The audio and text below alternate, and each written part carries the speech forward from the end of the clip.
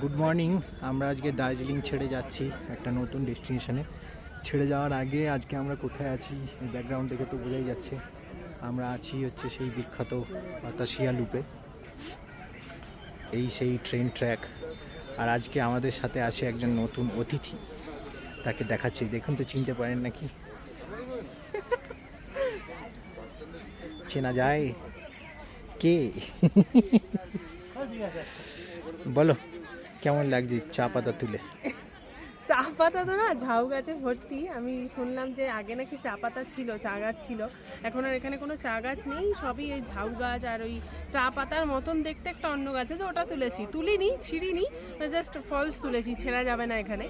তো আমার অনেক দিনের ইচ্ছা ছিল যে এরকম ড্রেস পরে ছবি তুলবো। মায়ের ছবি আছে দেখেছি, বাবার দেখেছি, দাদারও দেখেছি ছবি আছে।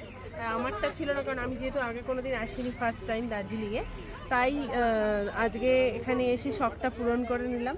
এই যে আই লাভ দার্জিলিং দেখা যাচ্ছে। আমরা মল রোডেও একটা আই লাভ দার্জিলিং দেখেছি, এখানেও একটা আই লাভ দার্জিলিং আছে, কিন্তু এখানে বড্ড ভিড়। ওখানে ছবি তুলে নিয়েছি, কিন্তু মানে এই যে এইটা অনেকে নিচ্ছে না, নেওয়ার সিস্টেমটা অনেকে জানে না। আমি নিয়েছি, তুলিনি, কিছু নেই, ফাঁকা ভেতরে।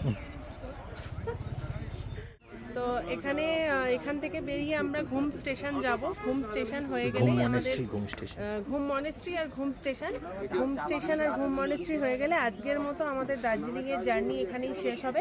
তারপরে আমরা এখান থেকে একটা নতুন ডেস্টিনেশনে যাব, যেমনটা ও বলল, কিন্তু সেটা কোথায় সেটা এখন বলবো না। সেটা সেখানে গিয়ে পৌঁছে তোমাদের সাথে শেয়ার করব। টাটা।